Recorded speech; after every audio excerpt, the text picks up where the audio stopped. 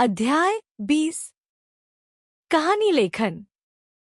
Story writing. कहानी लिखना एक कला है।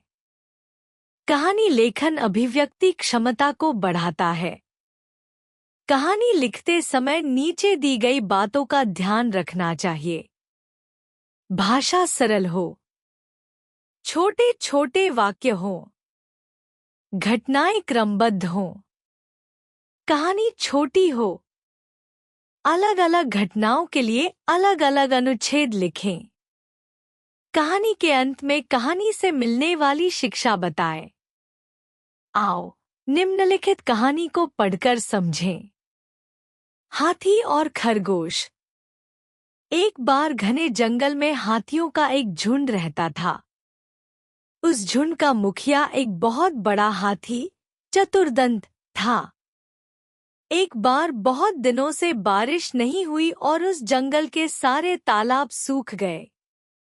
हाथियों ने उस जंगल को छोड़कर दूसरे जंगल में जाने का निश्चय किया।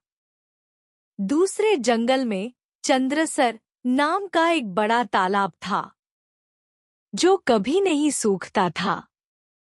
हाथियों को उस तालाब को देखकर बहुत खुशी हुई। वे वहां मजे से नहाए और खूब पानी पिया। लेकिन वहीं तालाब के आसपास चलने से उनके भार से बहुत से खरगोश मर गए तथा कुछ घायल भी हो गए।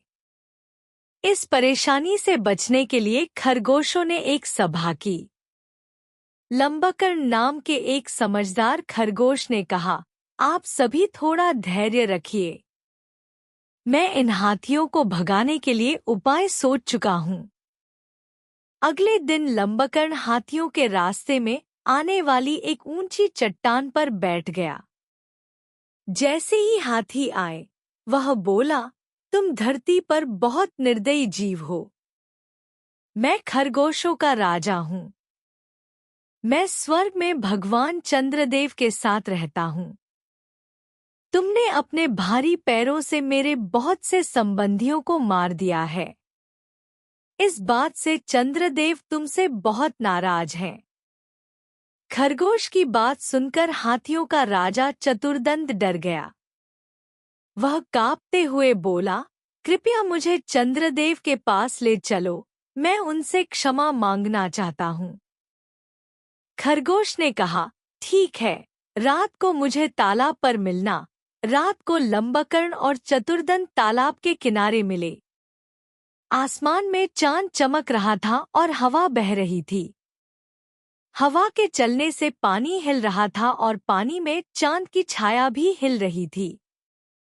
लंबाकर्ण ने हिलते हुए चांद की छाया दिखाते हुए चतुर्दंत से कहा, देखो, क्रोध के मारे चंद्रदेव कैसे कांप रहे हैं। इनसे क्षमा मांगो, नहीं तो तुम्हें मृत्युदंड दे देंगे। चतुर्दंत ने क्षमा मांगी और फिर कभी तालाब पर न आने की कसम खाई। अब खरगोश फिर से खुशी खुशी अपनी मांद में रहने लगे।